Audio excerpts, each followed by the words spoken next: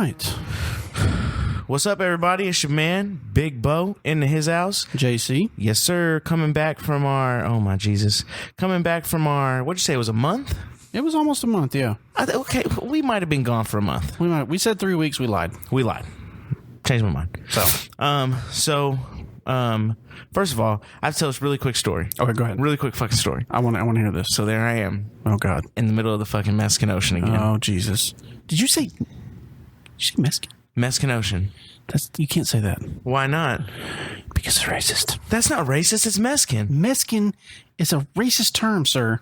No, it's not. Billy the Kid said it, and Young He Guns was a 1 and 2. racist. No, he wasn't. He had Chavez and all those other people on his team. That was in the movie. That wasn't real. It's based on a true story. It's not even close to based on a true story. This is my story. First of all, go ahead with the Mexicans. That's racist. So now it's racist. That's the way you said it was racist.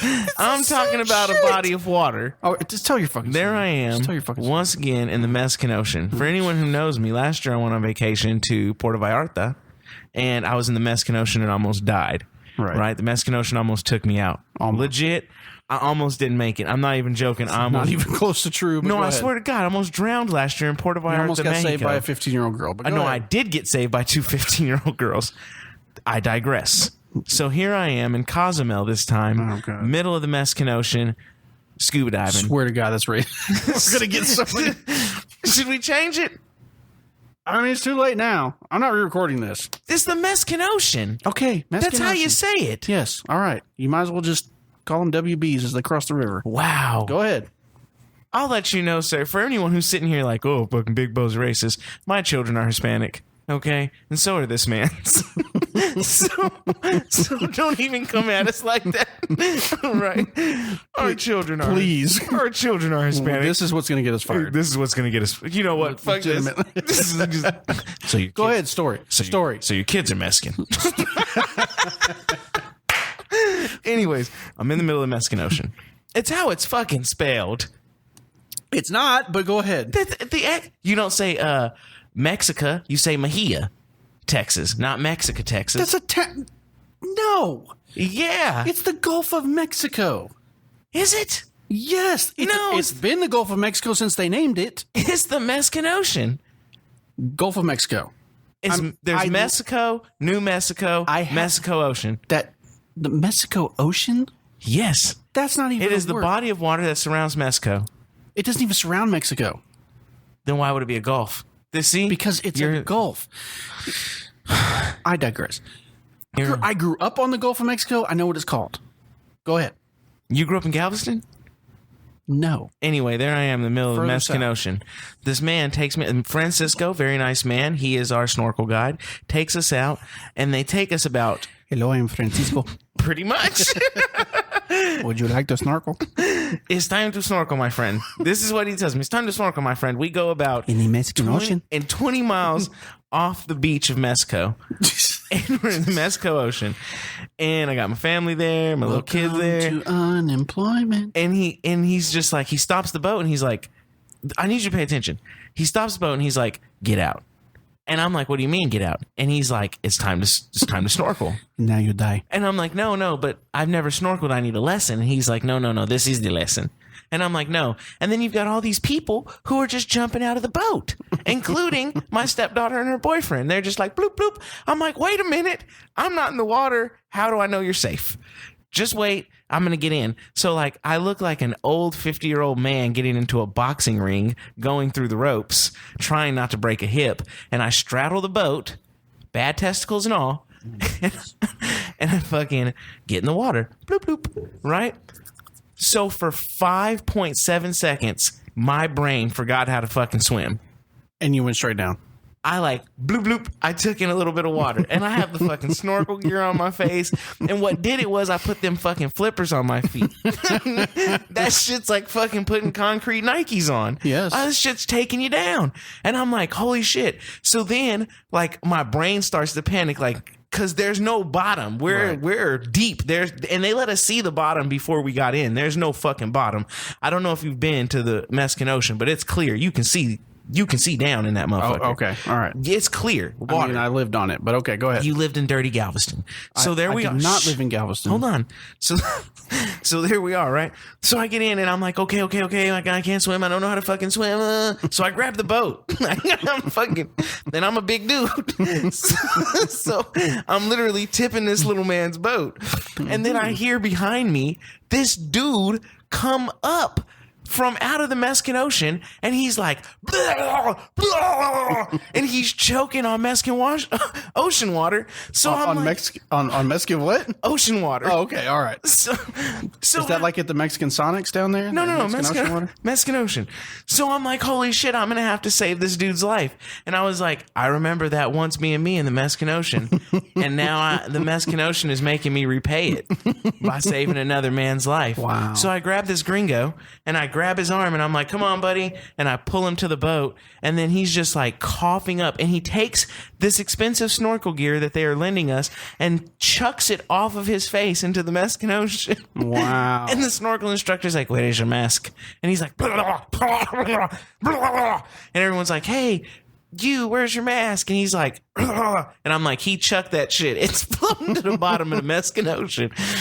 And after I got my bearings and I saved someone's life, I remembered how to swim, and I swam pretty well. So there was that. Wow. And I snorkeled and I enjoyed myself, but I did for 5.7 seconds forget how to fucking swim. I don't know if that's ever happened to you. Hit me up on Instagram.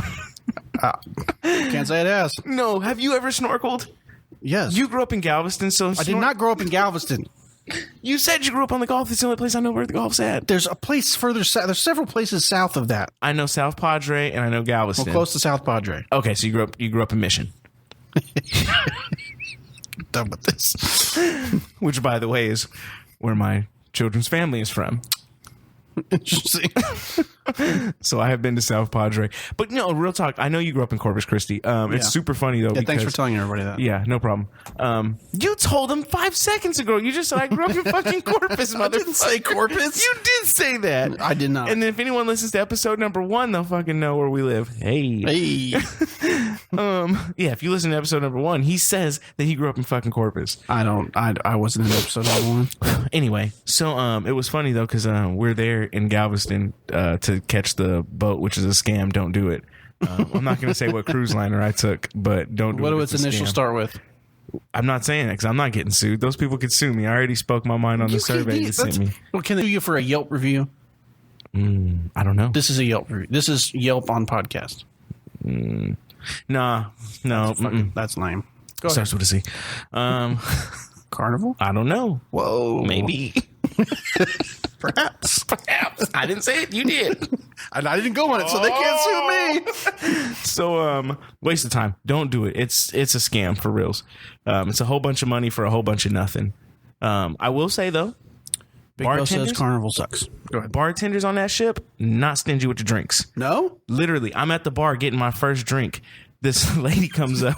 This lady comes up to the bartender. She had just left, and I guess she took one sip of her drink, and she came back. She was like, "Excuse me, I'm gonna need another glass with just juice in it because this drink is too strong." There's no such thing. I swear to God. And I said the same thing. I said, "There's no such thing as a drink that's too strong."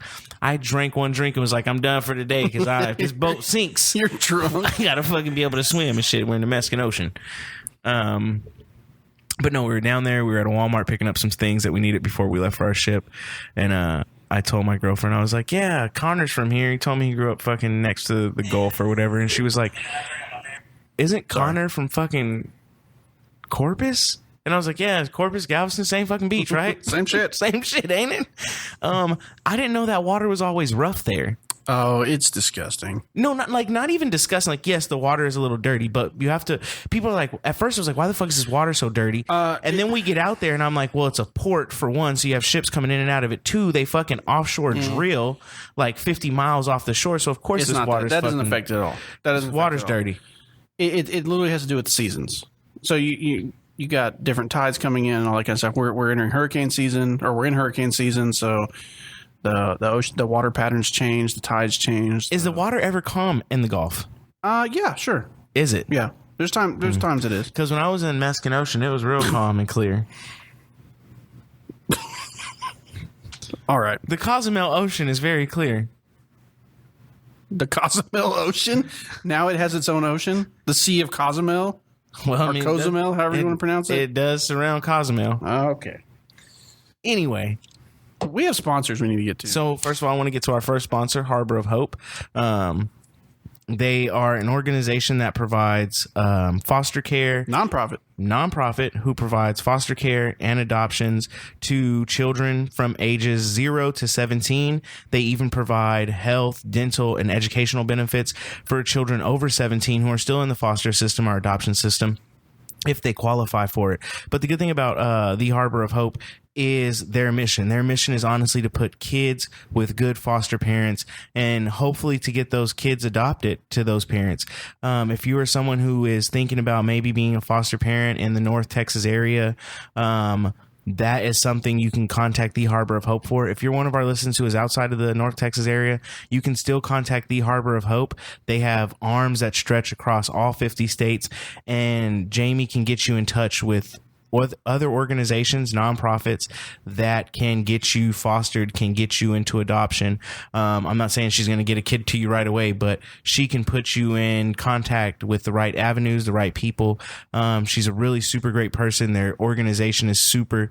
And, you know, to our Leo listeners and our other first responders, I know you've been to some of those calls where you're sitting there and you're looking at those kids and you're like, man, I just wish I could take this kid home.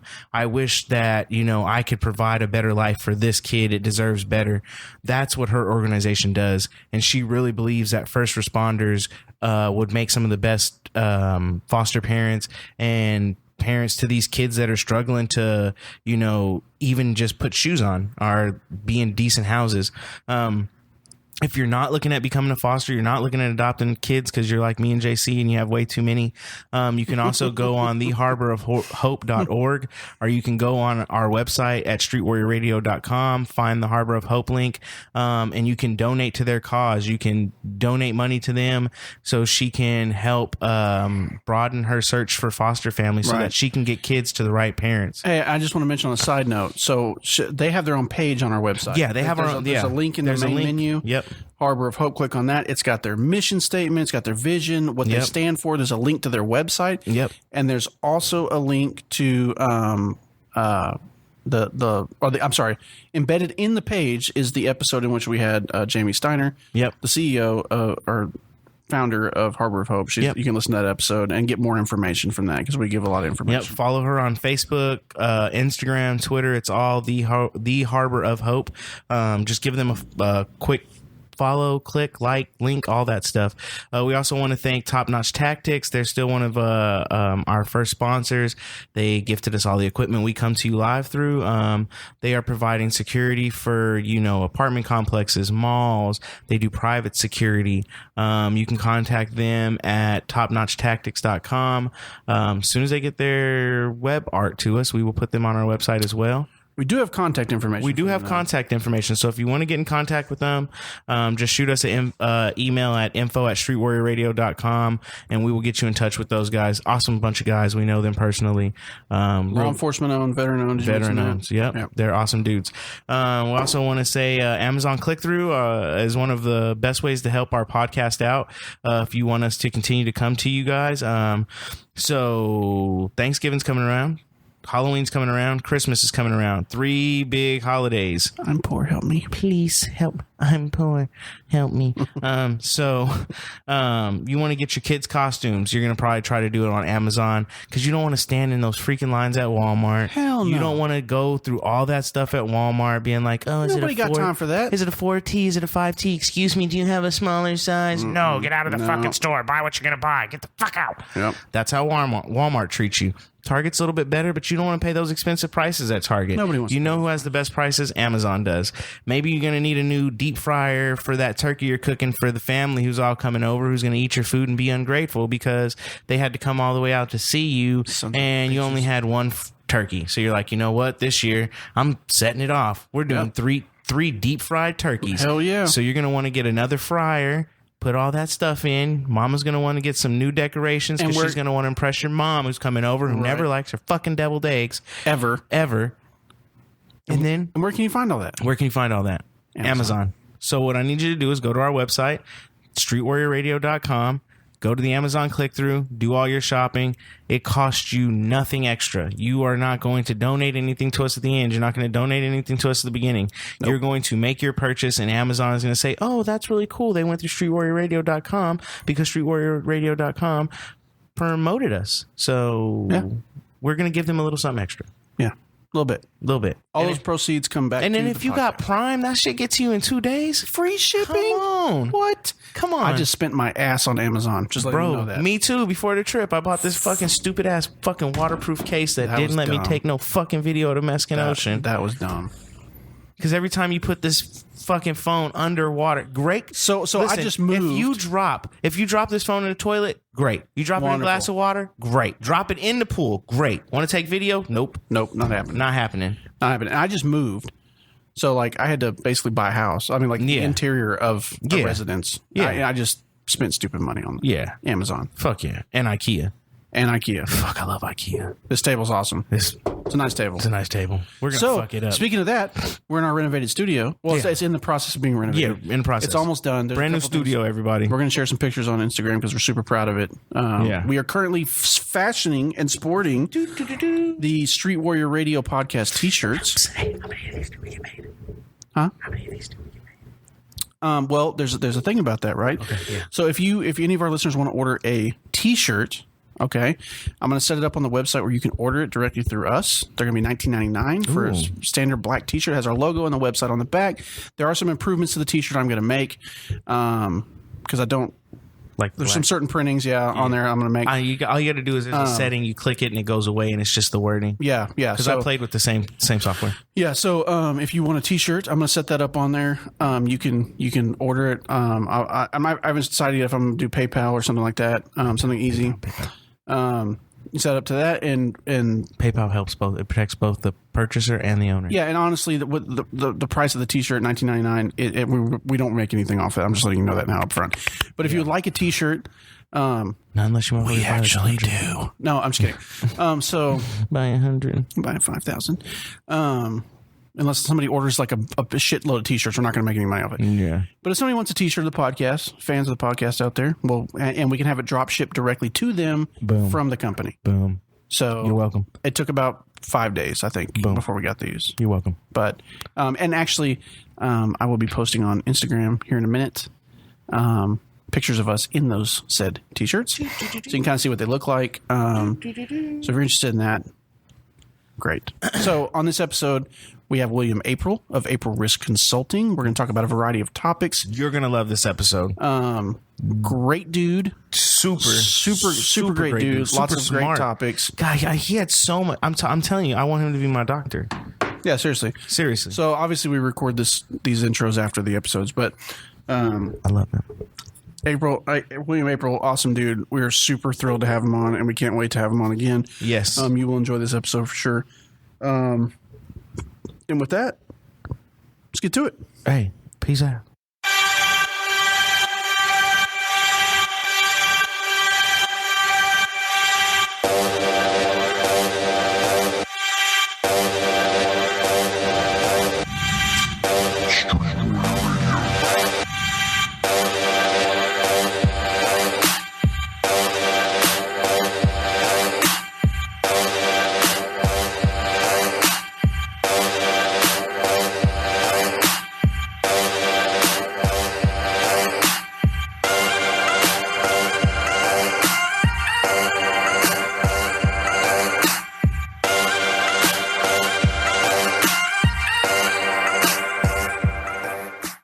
This is Street Warrior Radio episode 022. Jesus Christ, I lost my train of thought there. This is Street Warrior Radio episode 022. I'm your host, JC, along with your other host, Big Bo. What's going on, everybody? We are back with after a 3-week hiatus. Actually, it was probably closer to a month. Getting some things worked. Yeah, I think it was. Wow. I think it was. Today we have a very special guest. It's going to be William Aprill from Aprill Risk Consulting. Mr. Aprill, William, welcome to the show. Thanks for having me. I appreciate it. Yes, we are super excited to have you on. Just to give people that may not know who you are an idea about your background, where you come from, can you kind of give us a rundown of just who you are? Yeah. Well, I kind of got into the training business. Right now, I'm self-employed in really two areas. One is training in the kind of self-protection space, but the other is I'm a mid-career mental health professional. I've been working in mental health for this is my 20th year. Oh wow! But way back when, before I got into mental health, I was in law enforcement for a while. Both on the county level, we have parishes here, but same thing. On the county level, working in corrections and court security and patrol, and then I was a special deputy U.S. Marshal for the Eastern District of Louisiana for a while, and then went back to school and found my way into behavioral health. First in social work, then in psychology, and then on to psychodynamic psychotherapy, it's called, and that's what I practice now for about 20 years. So I have a private practice in mental health, and then I kind of spend a lot of time in the training space in those weird areas where mental health and self-protection tend to overlap. Right. So kind of the long way around the barn, non-traditional path, but there seems to be a lot of areas where the areas that interest me tend to overlap and in really important ways. Sure, absolutely. So do you find I would assume that through your work you work a lot with law enforcement, I would imagine. I do, yeah. When it sort of happened by accident in that when I first transitioned over into mental health, just sort of a little bit of a fish out of water. Most of the kids in school were much younger than I was and certainly hadn't worked in law enforcement. But once I got out and was working in my first 10 years of my career, I worked in addictions almost exclusively. And so if you treat addicted patients, you are forever involved with the court system. There's just a tremendous amount of overlap there. And I just found out that I could talk to the cops, and being in the mental health system, I was well situated to kind of translate back and forth. Right. In my practice now, I see about 30% of people with post-traumatic stress disorder, and a pretty fair number of those are cops. Wow. So would you think that based on what you've seen, what are you still there? Yes. Okay, sorry. I thought it sounded like the phone hung up for some reason. So would you say that rather, okay, I'm saying how to formulate this question. So, being that you see law enforcement officers, how would you equate to maybe the person that does not quite understand what a police officer goes through in their career? When people look at police officers, I don't think they think, or at least one of the first things they think, they definitely don't look at a cop and go, PTSD. That's not something that they think, right? I would imagine. So, for people that don't understand, for maybe non-law enforcement, what does PTSD look like for a police officer? Well, a couple of things. First off, since we're in the tree of trust, we can speak pretty frankly. Yes. A lot of the police officers' suspicions of mental health folks is that they're by and large fairly left-leaning folks. Correct. And that's entirely true. Wow. That is not a myth. There's actually quite a bit of research about it. And so, when you go see a mental health professional, you are by and large encountering someone who's going to be on the left-hand side of our kind of contemporary political spectrum, all the way out to the far left. Okay. And frankly, from the left to the far left is not friendly territory for most cops. I mean, let's be honest about that. Right. So there's a bit of a trust gradient to try and overcome right off the bat. And part of that is on their worst days, folks on the left think some pretty negative things about law enforcement in general, and the people who serve in it in particular. So we got to be honest about that. There's going to be mistrust and suspicion, likely on both sides. And so that's something that certainly has to be overcome. Second, that a lot of law enforcement personnel, their only experience with mental health is in a mandated context, right? They've been sent by an agency, let's say, either officially or semi-officially. And so that also flavors the experience. They're worried about what's going to get back into the workplace. And third is a lot of cops are worried about the appearance of weakness. to themselves, to their peers, and certainly to people that they're going to interact with on the street. You can't afford to seem weak. Weakness is a go signal for predators. That's just a fact. So, not to make it sound too negative, but there are some pretty significant things on the scale arguing against pursuing mental health treatment for most cops, right? Yeah, sure. But I think, it's really important to recognize that good mental health treatment works. It's not fair to say, head shrinkers, what do they know? Actually, about shrinking heads, we know quite a bit. Sure. And some of it's really, really helpful. Yeah. But once we can get past kind of the initial minefield, there's quite a bit of good that can be done. But, you hit on a really good stereotype, which is that, and I actually heard a colleague say this to me, police officers don't have post-traumatic stress. They're carriers of post-traumatic stress. Well, that's an unbelievably cynical approach. Sure. I'm not even sure what that means, but... Well, it's a fancy pants way of saying police officers can't be hurt. They're the ones that do the hurting. Is that like saying I'm a carrier of herpes, but it doesn't affect me, but I can pass it on to somebody else and it may affect them? I mean, pretty much. Okay. And that's an incredibly negative approach, right? Sure. Absolutely. You ask mental health professionals, one of our hallmark values is supposed to be tolerance. Yes. Right. That we don't prejudge people before they come in the room. Well, that tends to go out the window with a lot of mental health people treating a lot of military and police folks. And that's really unfortunate. That's a shortcoming of the people in my industry, and I'm not a fan of it. Sure. Because nobody got into law enforcement, certainly not me, and I imagine not you guys, to hurt people. No, you might have gotten into it to drive fast. Sure. But you certainly didn't get into it to hurt people. You get into it to help people. But it's a profession that stresses people in some really unique ways.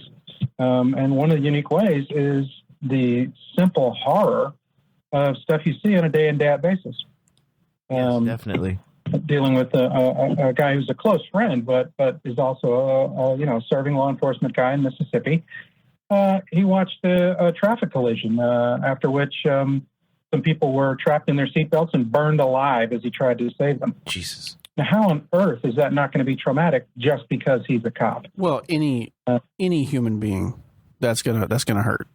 Exactly. I mean, it's kind of horror beyond the normal scale that we're used to processing, that anyone should have to process.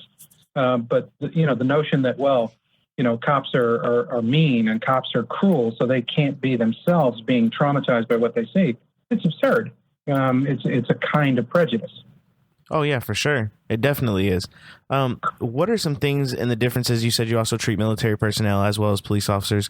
What are some of the things that you see that are different when you treat the two? When you treat a soldier as compared to when you treat a police officer for PTSD? What are some of the things that are different in those two? And some of the similarities? Well, there are many more similarities than there are differences. They both suffer from some of the more, I would say, pernicious parts of PTSD. The misnomer of PTSD is that it's just seeing horrible stuff. Yeah, that's not it. It's obviously seeing things that are outside the realm of normal human behavior, right? Bodily destruction, or at least implied or threatened bodily destruction. It has to be something that could kill you or damage you or kill or damage someone else. But most importantly, in terms of forming the trauma that causes PTSD, is a feeling of helplessness in the face of that. Okay. Now, that doesn't necessarily mean helplessness in terms of I can't function, but helplessness in terms of being able to do anything about the situation. Okay. And here's a good example. A guy I worked with who was a special forces medic, spent quite a bit of time in Afghanistan. And, medics are, they've seen just about the worst of everything. Oh, yeah, so sure. It's blood and guts. It's not the blood and guts that's traumatic. I mean, far from it. They've been, hip deep in all sorts of nasty stuff. Yeah. But the one event that he had that finally drove him to seek some help was they found themselves in contact with the enemy, and their interpreter, their third country national interpreter was very badly wounded. And he spent an enormous amount of effort getting this guy stabilized and ready, only to have helicopter after helicopter after helicopter that was inbound to pick this gentleman up get waved off to pick up wounded Americans, which makes sense. But at the same time, he has busted a gut to save this guy's life, a guy that he's intimately familiar with, and watch delay after delay after delay occurs until the guy eventually expires. Oh, man. That's the helplessness. Yeah, that's the helplessness that I'm talking about. Not helplessness in terms of doing health interventions, it's saving the interpreter's life, but helplessness at not being able to make the next step happen. And I think that's the miscommunication. Geez, even with me being military and police, I've never heard it explained like that it's the sense of helplessness in that situation. Most people think when they hear PTSD or that officer has PTSD or that soldier has PTSD, it's because they've seen bad things. And you're telling us it's not necessarily the things they've seen, it's the situation that they were in and a situation where they initially felt helpless. Yeah, and that, I'm so leery of that word helpless because it's a word that a lot of guys, military police guys are going to resist that word. Of course. The medic that I'm talking about, he said, in terms of intervening, he said, I'm never out of the game. I'm never helpless. I'm always able to do something. Yeah.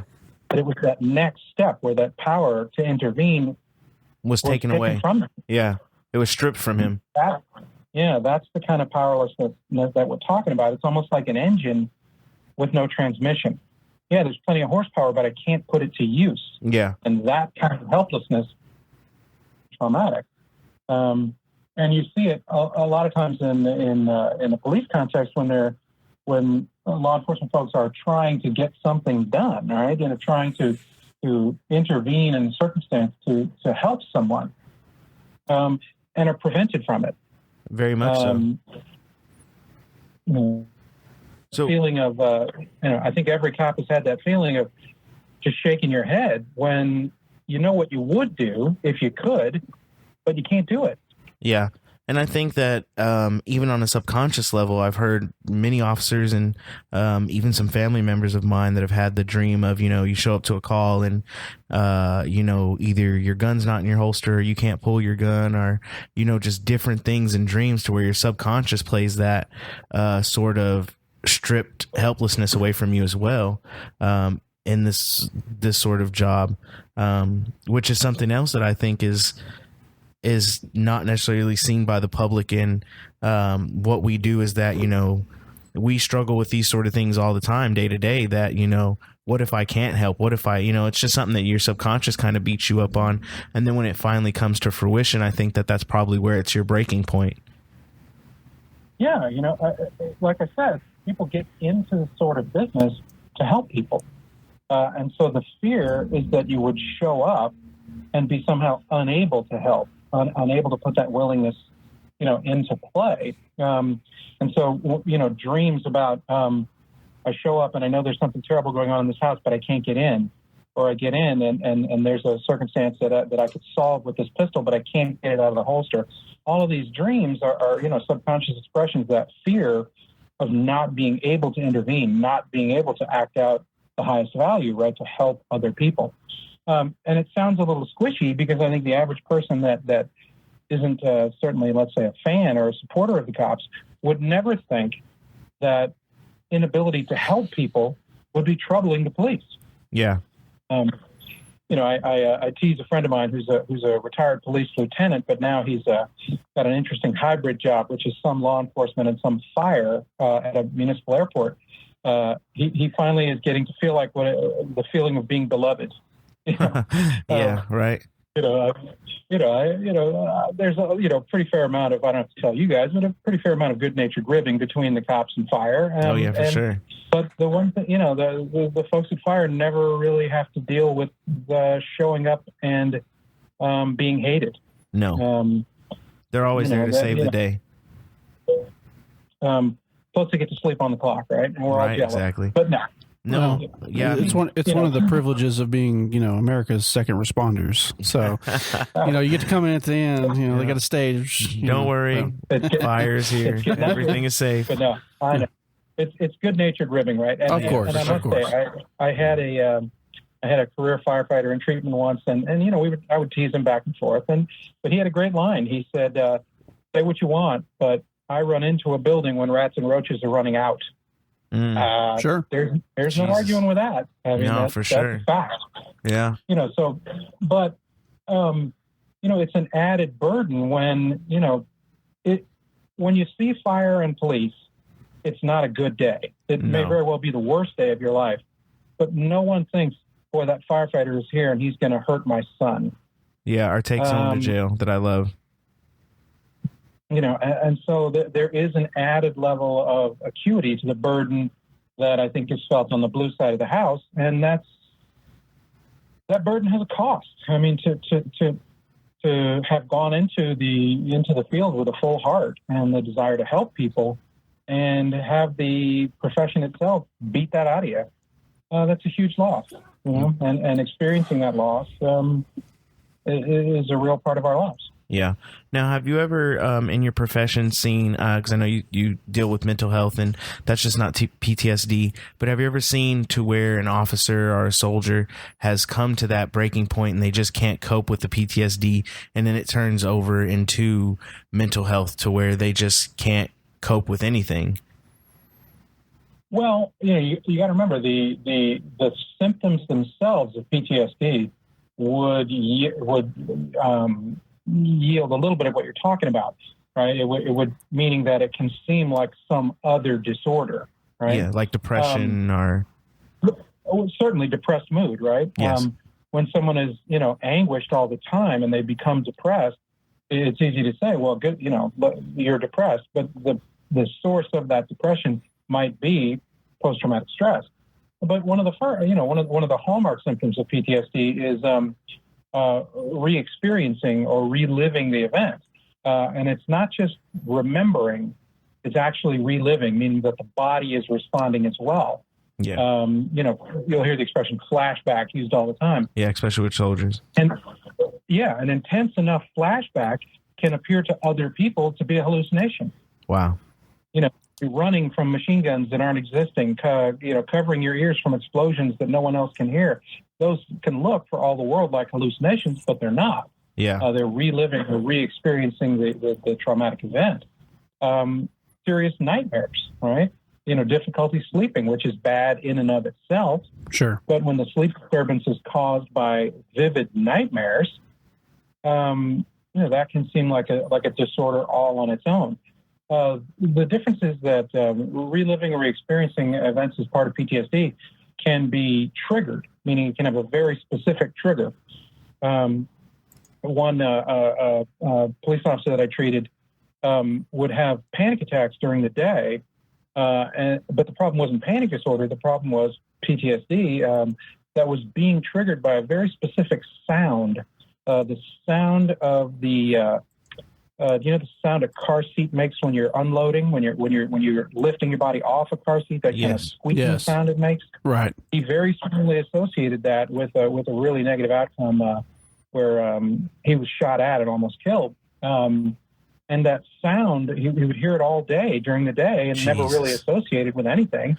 But in the process of working back through it, it was very clearly a trigger for these feelings, and it would cause what seemed to be, inexplicable, unquote, panic attacks. He was being triggered all day and didn't know it. Golly. Yeah. That's horrible. I couldn't even imagine that. What are some of the treatments, or some of the things that you can do to try to, I don't think that you could ever get rid of PTSD. It's not like the cold or the flu. It's something that's in your brain. In your brain, we still don't even know everything that goes on with that. What are some of the things that you can do to try to cope, though, and try to work through it? There's been so much work done on treatment, and it's sort of expanding in every direction. But first and foremost, I think the notion is that if we're dealing with what we are confident, or at least reasonably confident, is PTSD, it's important to seek treatment for PTSD. Yeah. Not for any of the constituent symptoms. Meaning, if you seek treatment for anxiety, but the anxiety is actually what we call hypervigilance or hyperarousal as part of PTSD, well, you're not really putting out the fire. You're sort of putting out what's next to the fire. One of my first things that I like to stress with folks is that treatment is important, but self-treatment is more important. Yeah, seeking the help. And thinking of PTSD as something that is a condition that I have and that I'm going to learn to cope with better. Yeah. That's an incredibly important approach, right? But for a lot of guys, and you can back me up on this, admitting to PTSD is admitting weakness. Yeah, for sure. And that is a stigma that is absolutely plagued not only law enforcement, but just first responders in general. Because it's seen as a loss of. It seems like it's admitting that you're less of a man. Right, that it's not normal thoughts, it's not normal behaviors. Yeah, when in fact it's quite the opposite. It's absolutely normal. It's absolutely normal for any person to go through their life and not at some point have a thought about not being alive. Yeah, right. So then you combine traumatic experiences on top of that, whether in a cumulative format, whether it's little things that build up over time and they haven't been communicated, or it's just an onslaught on your psyche, in a combat situation or in a officer involved shooting or whatever. And then you compile all these. And of course, these normal thoughts and these normal processes, at least in my opinion, from what I've seen and from what I've experienced myself, they tend to amplify to just astronomical proportions, or at least they can. And the problem becomes, from what I found from my own experiences, is that you look at these you look at these things that you go through, then you combine all the personal stresses that come with that, and if you bottle all of that down and you don't admit to the issue, or you don't at least try to communicate the issue, it will tip you over the edge, right? Would that be a fair assessment? But it's not. I mean, those sound bad enough, right? Sure. I often tease folks and say, look, as soon as you get a handle on PTSD, all you have to deal with is everything else in your life. Correct. Yeah, the normal stresses. Yeah. So there's job stress, and there was a tornado tore the roof off your house, and right. You and your wife are growing apart, and all this sort of stuff. Sure. So you got both sides of a ledger, but those sides are also synergistic, right? If you can't sleep, or if you have nightmares and constantly wake your wife up in the middle of the night, that adds stress to the relationship, and not being able to get support from your spouse makes the anxiety about what's going on worse, which, each one potentiates the other and makes them worse. Absolutely. So, but also you can come to identify with your symptoms. I can't tell you how many guys that have suffered with symptoms for years, and they just think it's who they are and how they're going to be. Yeah. And when I say, hey, I expect you to get better, and I expect you to get better quickly, they look at me very strangely, because it's almost like I'm saying they're going to change. Who they are as a person is going to change. Yeah. When you get identified around, there's so much jargon in my business, and I wish there weren't, but we just can't get away from all of it. Right. But we call it identifying around illness behavior. It's kind of like someone with a bad back who's constantly worried about hurting it. So they move less and less and less, but that very immobility makes it more likely that they'll hurt their back. We both know that. Yeah, we both have bad backs. Yeah, exactly. What a shock, right? Yeah. Hard to believe that wearing 25 pounds of gear around your waist every day. But between the 25 pounds of gear, the fights, the car wrecks, the everything, just everything in general, like it's crazy. Yeah, 25 pounds of lightweight gear. Sure. Yeah, lightweight, quote unquote. Yeah, because that's what matters, is that it's 25 pounds of lightweight gear. Yeah, right. Yet law enforcement as a profession still will not move away from that and move away into something more modular for police officers. We're still stuck on that. Don't even get me started. I'd love to get you started, because you and I probably have very similar opinions on that. But the fact that duty suspenders are not required, right, blows my mind. Yeah, we're fortunate in the place that we're in, where we can wear suspenders, and I wear them. I have a outer vest that very much looks like a shirt. It very much looks like a normal uniform shirt, to not give that quote unquote militarized appearance, right? But under which I wear suspenders, and I cannot tell you like how much that has taken off of my hips and my lower back. I mean, it's amazing. The suspenders are made. Yeah. I don't know how I did, because I've been wearing suspenders for about 2 years now, right? I don't know how the previous 10 years before that I did not have them. Like, it's crazy. Yeah, the use of a carrier vest helps. And that's very regionally specific. Like, good friends of mine are police officers in and around Chicago, Right. and the carrier, right? Sure. But that plus suspenders is a huge benefit.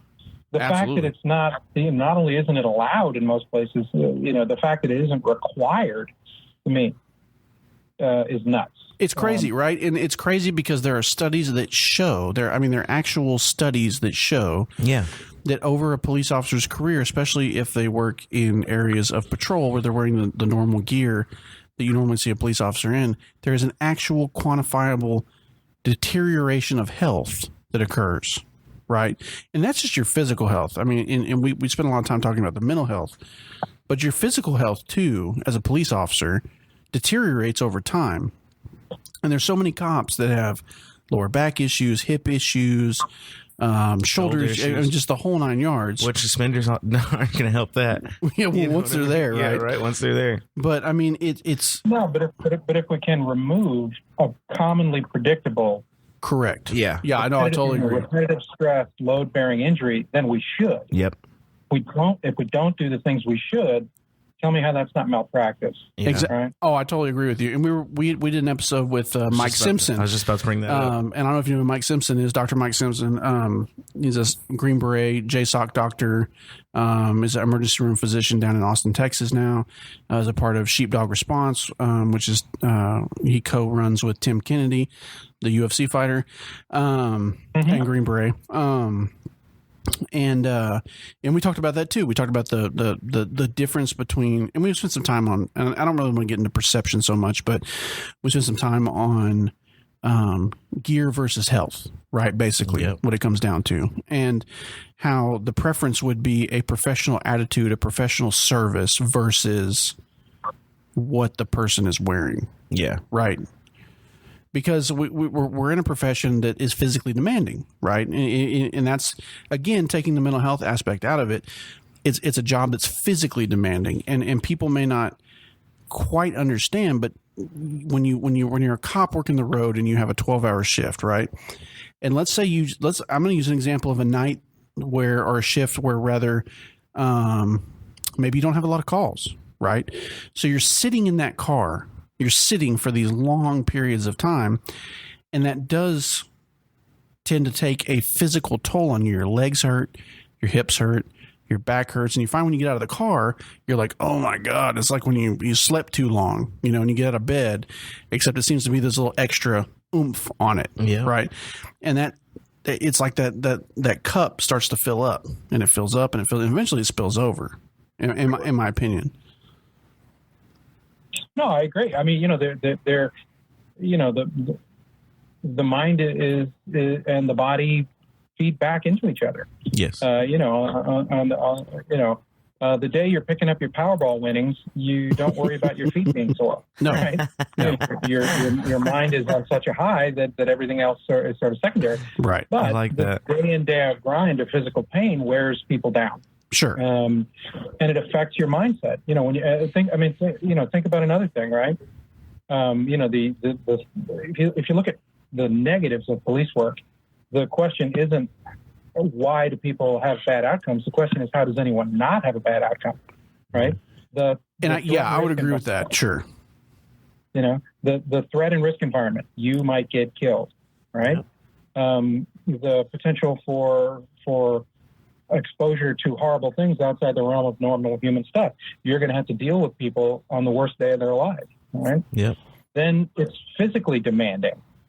Then it's at the same time, there's tons of periods that are boring, right? Yes, absolutely. And shift work. Shift work, just in and of itself is terrible for people. It's a beat down. So you're sort of redlining everything that can make a job demanding and ultimately harmful, and you put them all in one profession, all right? And we're surprised at bad outcomes. Yeah, I mean, I'm dealing with that right now. I'm normally my normal shift for 9 months out of the year is school resource officer. Yeah. So those other 3 months I go back to patrol, and I'm like the fill-in guy. So it's like, hey, we need you on 2 nights, and then you'll have a day off, and then you're going to work days for 4 days, and these are all 12-hour shifts. And my body is just fluctuating, going to those, and it's horrible. I feel like crap. This whole summer I have felt horrible. All the time. I have not slept decently at all. And my girlfriend's always like, well, it's because your body's not getting adjusted. I'm like, you don't think I don't know that? You think I don't know that's why I'm not sleeping? Right. My body it doesn't know what to do, and it won't know what to do until middle August. Well, that's the thing too. So like, I spent 12 years on nights. Yep.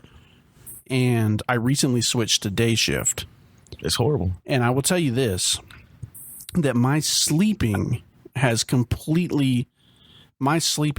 normally get, even working nights, like I normally got 4 to 5 hours of sleep a day because my body would just randomly wake up. Right. And I know guys that are not in law enforcement that do shift work, and those guys experience the same things when they rotate from days to nights. And it's crazy. The thing is, shift work, even if we're used to it, is bad for us. Sure. Yes. Yeah, absolutely. Period. Yes. Period. The association between shift work and cardiovascular disease and obesity, right? Long-term weight gain, diabetes, ulcers, clinical depression, increased accident rates. I mean, there's nothing about shift work that's good. Do you want to be my doctor? If we're used to it, much less floating shift work where it changes. 2 weeks of mids, 2 weeks of overnights, 2 weeks of days, that sort of thing. That's even worse. Yep. Yeah. For everyone. Yeah. Doctors, truck drivers, Sure. Absolutely. People, anything.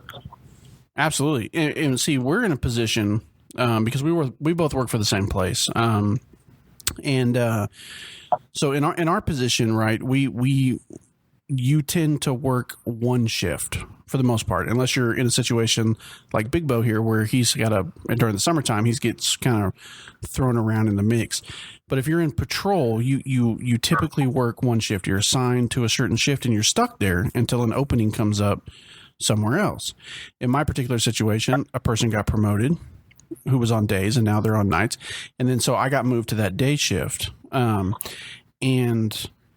But there's other places, a lot of places actually, that do like a rotation, right? Where they go every 3 months, every 4 months, or even up to every 6 months, sometimes a year, where they switch from days to nights.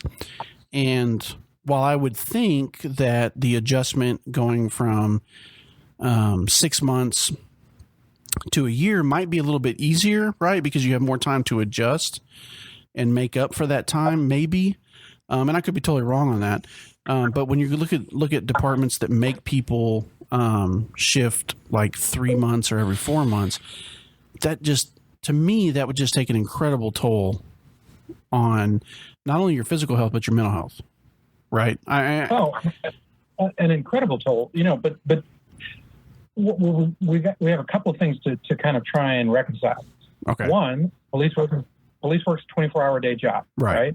If we could work police 9 to 5, that'd be great. But that's not the way of the world. Yeah. But you at least the people in charge of the business, so to speak, could start with this approach. Hey, shift work is not good for people. No. So knowing that we have to do this thing that is not good for my people, how can we do it in the way that does the least harm to my people? The first and the simplest is let people pick the shift where they work the best. There are people whose daily rhythms are different. There are people who simply cannot do nights. There are people who simply cannot do days. All right. So if you start off by saying, what are you best suited for? And let that drive your staffing, and then we fill in as we have to, but the first thing we think about is how are people suited to certain kinds of work. Right. If we know the work is dangerous, how can we it's dangerous in that it causes harm to people. How can we do that in the way that causes the least harm to the least people? So I don't think that's unreasonable, and yet nobody does it. Do you think? Go ahead. I'm sorry. No, and shift work rotation is the worst of the worst. If you set out to have a bad idea, it would be hard to do better than that. I honestly didn't know that shift work and I didn't know it caused all those health problems. Honestly, didn't know it caused weight gain and obesity and diabetes. I knew it was bad for your brain and sort of bad for your heart. It is associated with more stuff than you could possibly believe. Wow. Diabetes. People say, what are you talking about? People with, that work shifts have all kinds of problems with insulin control, with blood sugar control, with onset of diabetes late in life. I mean, it's just bad for us. There's no way around it. We're totally killing ourselves. And serious about it. Yeah, too. It's a horrible job. It's so easy to say, you just don't sleep as well. Well, we're not made to be awake at night. We're not made to be awake at night, right, under artificial lighting conditions, right? Sure. And our high bodies stress. are made to wake up in the morning and be awake in the day and be asleep at night. That is what our bodies are made to do. But disrupting that rhythm, that circadian rhythm, impacts every part of the body. Right, and then you take that, and then you compound the stresses of a first responder's job or a military person's job, depending on their job in the military. I mean, it just compounds everything. But I have a question for you. So, do you think that shift work? And I've kind of always been under this opinion, especially since I really started getting into the mental health aspect of law enforcement in general, or more specifically law enforcement as opposed to first responders as a whole. But do you think that the stresses of shift work that normal people, that every person that works shift work goes to, do you think that compounds the suicide rates in law enforcement? Do you think that contributes to it in any way, shape, or form? Oh, I can't see how it couldn't. Okay. Yeah. Given how many areas of mental and physical health it impacts, I can't see how it couldn't influence it. Shift workers are much more likely to have symptoms of clinical depression, and Sure. depression is highly associated with suicide attempts. Right. Wow. I mean, think about it. It's socially isolating, if nothing else. How many times has some friend of yours said, "Oh yeah, my kid's baseball game or graduation, or my girl's school recital's coming up, and I'm not going to be there." Right? Yep. Eating dinner with your family, it just doesn't happen. Right. Just the social isolation alone caused by shift work is if you put that effect and nothing else into somebody's life, it would have a negative impact. Yeah. Plus the sacrifices you make. Like, I'll just use me for an example. I worked tonight and got off at 6, got home about 7. Everyone left, went to work, and my girlfriend was like, "Well, I'll be back to pick you up at 12 because we have to go do this, and this, and this is your day off." And it's like, all right, sure, I'll only get 4 hours of sleep, and then we'll go do stuff together. But you have to sacrifice that to have a functioning relationship with your loved ones. You know what I mean? And that's sort of hard to have any contact or interaction with them at all. Yep. And what about court? Yep. That's my favorite. Yeah, we got that. Worked all night. Now I got to go to court, and then I got to go to work tonight. I mean, come on. It's unrealistic. Would you trust a dentist to drill your teeth who had slept 2 hours in the past 48? No. No. And the expectation. Yeah, and the expectation is that, but you can trust a guy that carries a gun for a living to make the best decision of his life. Yeah, to make split second decisions on the spot. Wow. split second life and death. Life and death, yeah, absolutely. On both sides of the transaction, may I add? Yeah, sure, absolutely. Your life's at risk, and so is somebody else that you're dealing with. Yeah, for sure. That person's life is at risk as well. And yet, I mean, it's so funny that if you were to ask people, hey, what are the things you guys should be talking about on your show? Shift work wouldn't be number one on the list, and yet, even the tip of the iceberg is still bad. Right. Yeah. I've never even thought about it in that context, honestly. Like I knew it wasn't good, but I didn't know why it wasn't good. And there's not a whole lot of, I'm sure there's, articles on it, but I've never heard anyone go in depth like this on why it's bad. Just it's amazing to me. It's just astonishing. Yeah. And there's, one thing that's difficult is that, studies of a lot of people, let's say studies of cops, right? Yeah. It's very hard to boil it down to, we can say, this cop works a shift and he's got all these negative outcomes, but there's too many confounding variables. He doesn't work out enough. He doesn't watch his diet. So how do we know? But there have been small studies, small, but I think pretty powerful, where they just simulate disrupting people's what's called circadian rhythm in the lab. Basically, what you're basically doing is constantly messing with the sleep schedule of the subjects, right? Change the times they go to sleep, change the times they wake up, change the times they eat, change the times they go to bed.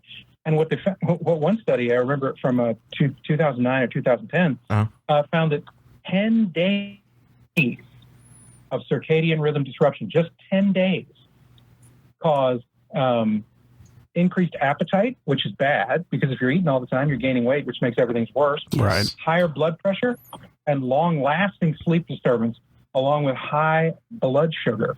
So just sleep disturbance can cause pre-diabetes. Jesus and Christ. You're eating more, and you're tired all the time. So it's what's the language rules on here? Oh, there's none. You're free to go. Speak freely, sir. Oh, good. Because this isn't a merry-go-round; it's a shitty go-round. Right. Right. It's this constellation of negative effects. Each one makes the next one worse, which makes the next one worse, which makes the first one worse. Right. And when you're on this shitty go-round, how do you get off? You make a mistake. And the problem is that the big picture is on nobody's plate. No. Nobody is sitting down and going, we really need to think about this. Right. I've never heard anyone say it. It isn't just police. The profession that I most closely analogize to, because I've worked with a zillion of them, is nursing. Oh, yeah. Oh, absolutely. They do like 24-hour shifts. Nursing has all the problems police work. And what I always used to say, especially to my drug-addicted nurses, is that I've never been a nurse, but I was a cop. And the biggest thing they have in common is they both get into a profession because they want to help people, and that profession eats them alive. Sir? Your desire to help people is one of the first things that's beaten out of you. Sir, did you just say drug-addicted nurses? To survive. Did you say drug-addicted nurses? Oh, yeah. No way. You know what? I can see it. Like prescription pills are just whatever. Everything you can imagine. Holy crap. The overlap in behavior, in risk behavior, but in symptoms and problems between cops and nurses is closer than you could possibly imagine. Wow. They're both incredibly high stress professions that have all these bad negative effects. Shift work, long hours, right? Oh, by the way, just long shifts are bad for us. Just a 12-hour shift is bad for us, worse for us than an 8-hour shift of work. Every step seems to compound the problems. So that brings up an interesting topic. Okay, so obviously compounding mental stress, compounding physical stress on top of shift work can lead a person probably very easily into some sort of substance abuse, right? Whether that be prescription pills, illegal narcotics, or alcohol even. And that might even extend off to... Hold on a second.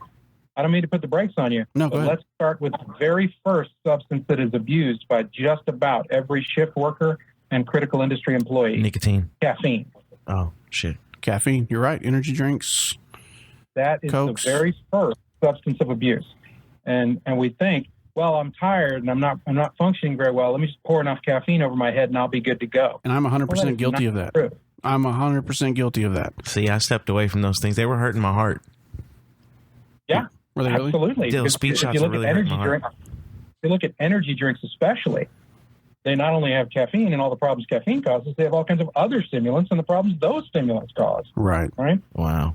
So, but we don't even consider caffeine. No. And yet, if every nurse that walked into a hospital and every cop that walked on shift got drug tested for caffeine and couldn't work if they were under the influence, We'd all be out of job. it'd shut the whole world down tonight. Shut Right. it down. Let's go home. Right, because I can't tell you how many shifts where I've slammed 2 or 3 energy drinks. I Just mean, you have one walking through the door. And sometimes I stop. As soon as I start on shift, I stop at Starbucks. I'll get a coffee. yeah. Yeah. I mean, some of it is force of habit, some of it is pleasure, but some of it is functional. I Sure. need this coffee to function. Yes. And that's how I feel about it. That's how I actually look at it. It's Oh, like yeah. I need this for some reason. I need to need see this it to up. stay awake. Well, you don't need it for some reason. You need it for chronic fatigue. Wow. Not some random reason. You're just a kooky bird that likes, ice mochas. Right. You need it to function. You need it to cover for the fact that you're not getting enough sleep. Sure. Yeah. Would nicotine be next on that list? That's the next "een" in line. If it ends in "een," it's a stimulant. Oh, Right. cocaine. And even cops that don't smoke dip. They don't dip because they like it. They dip because they need the bump. Right. God damn. He's so right. Because I mean, he called it a bump like we're junkies. You need that next hit. And that's literally what it is. it is, though. I mean, And that's the next "een" in line is abusing pharmaceutical stimulants. Somebody's Ritalin. There's tons and tons of stimulant abuse that was started for good reasons, unquote. Yeah. When you look at somebody, bumping rails of methamphetamine, you don't say, well, he's just trying to work harder.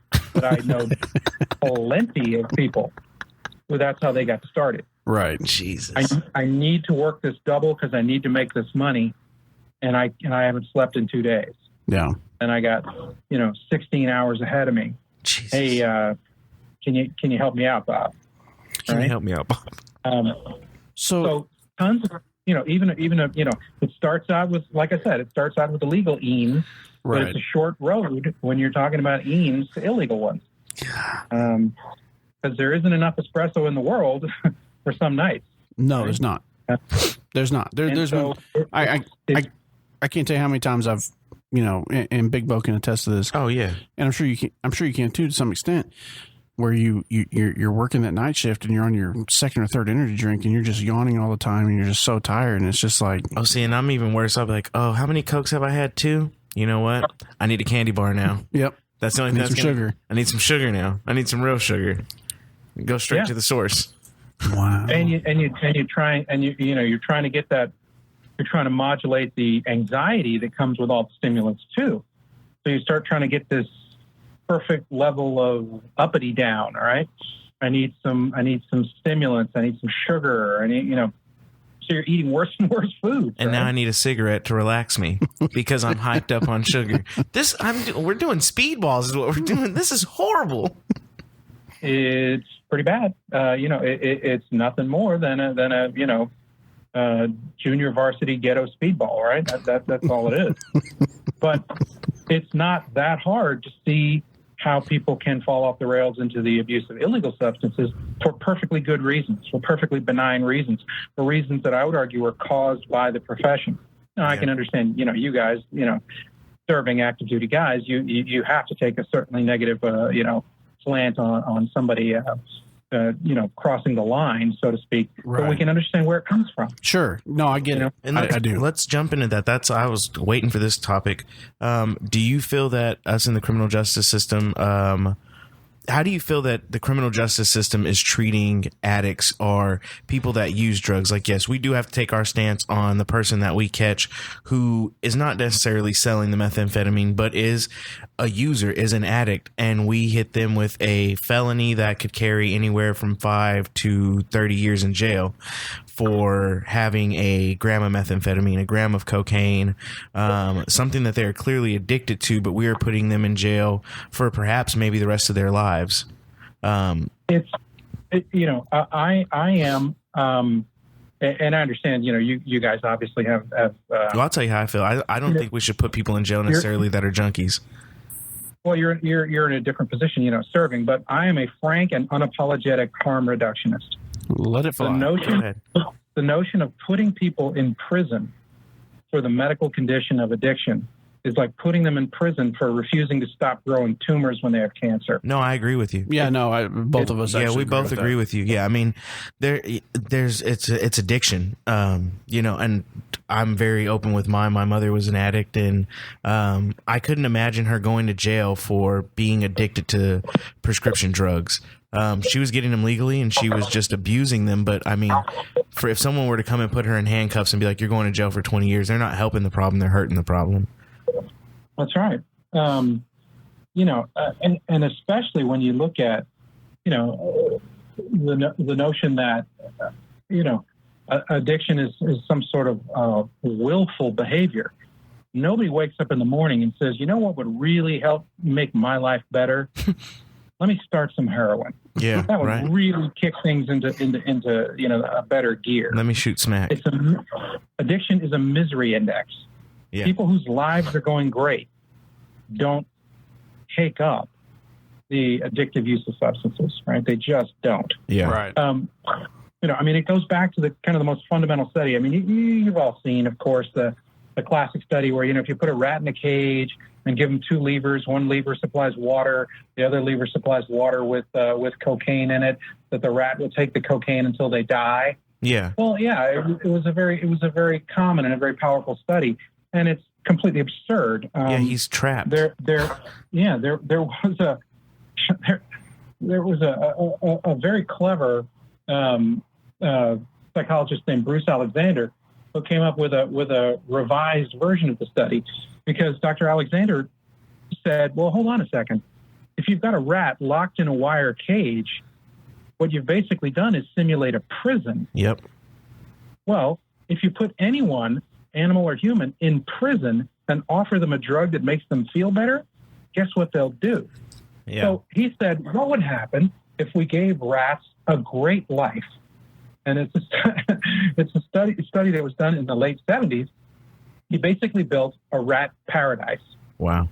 A rat park, basically, with tons of things to play on, water and toys and wheels and other rats to hang out with, and just a rat paradise. And then he gave the rats the choice between water and cocaine water. And guess what happened?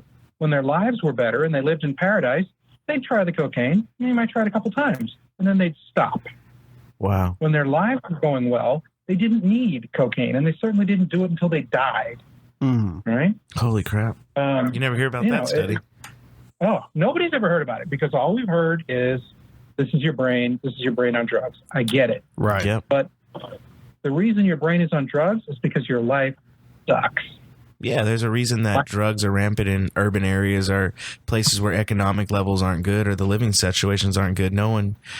People in Beverly Hills try cocaine, but they don't normally try cocaine till they die. Yeah, if your life sucked less, you wouldn't need the distraction of drugs and alcohol and any other compulsive behavior, right? The problem is life suck, not that drugs are bad. Right? Yeah. Wow. So the notion of putting somebody in prison to solve, this problem that was created by their life is just nuts. You now made their life worse. What the hell do you think is going to happen? Oh, yeah. I mean, we do it all the time. Here's a felony. All right, now get out and go live your life better. Yeah. And by the way, if you don't pay your court costs, you get to go back to jail. Yeah, but I can't get a job because I've been in jail. Right. Exactly. That's not our fault. Did either of you guys ever work corrections? No. No. I do have a friend in corrections, though. I never walked into the jail where I worked, which is a terrible jail, terribly run jail, and didn't smell weed or crack or both. Oh, yeah. That's crazy. So what are we doing here? Yeah. We're putting them in jail because they use drugs. Right. But they're going to get drugs on the inside. I'm just saying. Yeah. So don't get me started. But when you've got, but all we're doing is repeating a cycle. Right. And making it worse every time. Right. Yeah. It's we're going around the bowl and getting deeper every time. What are some things that you think we can do to fix that problem? Well, first off, I'm a real believer in that, we're talking about the cops. I'm a firm believer that police ought to be able to take unpaid stress leave at will. Agreed. That'd be nice. If you're completely stressed out, you should be able to take unpaid stress leave at will. I'm not talking about a vacation where you can go to Disney, but I'm talking about stress leave. I am wigging out. I need to pick the needle up off the record. Right. Right. Second, any substance problem, really any addictive disorder problem, admitted to should have zero job consequences. Yeah. Right.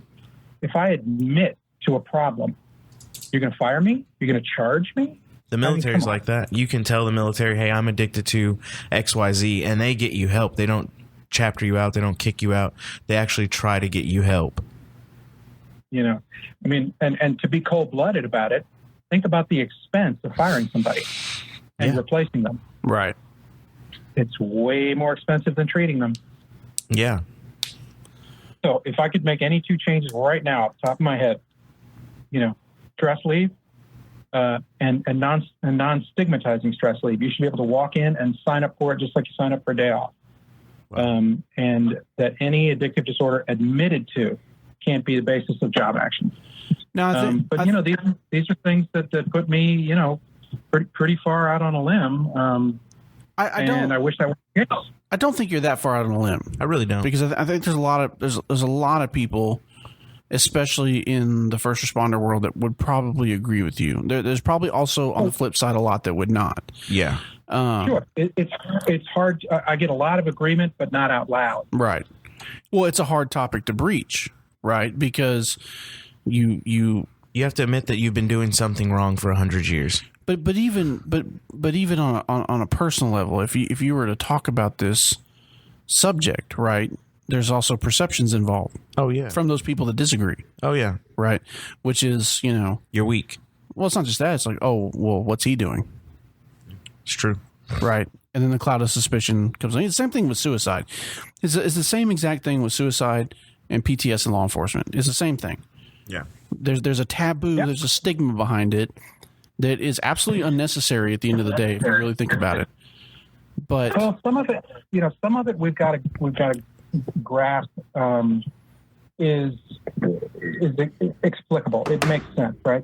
The first person to admit they're having a problem, in a sense, is a scapegoat for the rest of us, because then we can say, well, he always was kind of a weak ass. Right. Right? Instead of saying, man, I wish I had the balls to do that. Right? So, the first person to admit a problem is often thought of as the biggest loser. And that's exactly the opposite of what we need to be doing. Yeah, 100% agreed. 100% agreed. And some of it is just taboo. Let's say, like you said, talking about suicide, if I talk about it, people I somehow raise risk. Yeah, right. Which is not true. Actually, the opposite is true. So we've not only got people, refusing to talk about it, we've even got people who think they're doing the right thing by refusing to talk about it. And I think this is where we have a real issue with taking the human factor out of the job, in forgetting that and I'm not talking about the human factor of treating the people that we serve like human beings, right? But treating ourselves, treating each other like human beings. Oh, yeah. And it feeds forward. If you don't treat yourself with kindness, with grace, with understanding, how the hell are you going to have any despair for anybody else? Yeah. I agree. Right? Yeah. And cops treat cops worse than anybody. And that's what leads to, us versus them. Right. Right. I don't know if you guys do a whole lot of plugs, but I was an early member of what used to be called Law Enforcement Against Prohibition, but it's now called Law Enforcement Action Partnership. Okay. It's cops and judges and prosecutors and all that who are against the drug war. Oh, 100%. I'm against it. Yeah, I think we're Big Bo and I are probably in the same group there. You know, if you go to the Law Enforcement Action Partnership, they've got a fantastic website, and you can look at these people and say, well, hold on a second. He's a cop, and she's a prosecutor, and he's a judge. They're not crazy. They're not weak and stupid, but they want to take another look at this problem. You know, and I don't, you know, it's just so sad to me that most cops live on two levels. They live on the level of what they know, and then they live on the level of what they can say. Right. Right. I know cops that have told me if someone finds out they belong to LEAP, they're going to lose their job. Well, and that's an honest fear, I think, and I think what most people I don't think realize is that when you sign up for this job, when you take that oath, and you represent a police department or sheriff's office or whatever, there is a large aspect of your First Amendment rights, of your ability to voice your opinion, that they're prohibited. Oh yeah, and when you start talking Garrity with regular folks, right? They can't believe it. They literally can't believe it. No, because any private citizen outside of first responders can go say whatever they want, right? But as soon as that first responder goes and voices his opinion about something, there's the potential of consequences is extremely high. Oh yeah, and that keeps people from. And that I totally see how that would funnel people into two categories: what they can say, and what they believe. Yep. And it makes total sense. I get it. There are always going to be, cops out there who are drug warriors. Right. I've never seen anything good come from drugs, and I'm going to crush. Sure. I get it. I really do. And it's an understandable point of view. When you see the after effects of it day in and day out, it's an understandable point of view. And I get it. Yeah, to me, there's one thing it's one thing to get the dope dealer, and there's another thing to get the dope user. Like, they're two totally different people. What I always say to the cops who are real drug warriors, and I mean, they're doing it with a whole heart. I'm not making fun. No, they totally believe in it. Try finding one who will say, I arrested this junkie, and boy, did that turn his life around. I don't. You'd have a hard time finding one. I'm sure that it's like a needle in a haystack. And so, they know, even the drug warriors, the hardest core, the hardest of the hardest core, they know that the system, the entirety of the system is nuts. Right. But if you can't even say the words out loud without losing your job, how the hell are we supposed to find solutions? Yeah. Yeah. Exactly. How can you address the problem? How can you talk about it? How can you come up with alternatives? If you can't talk about it, then it doesn't solve anything. It doesn't improve anything. Even if you determine at the end of the day that, okay, drugs are bad. Okay. And we're gonna, we got to do something about drugs. Okay. Well, obviously the system that's been in place is not performing the way that it needs to. Right. Yeah.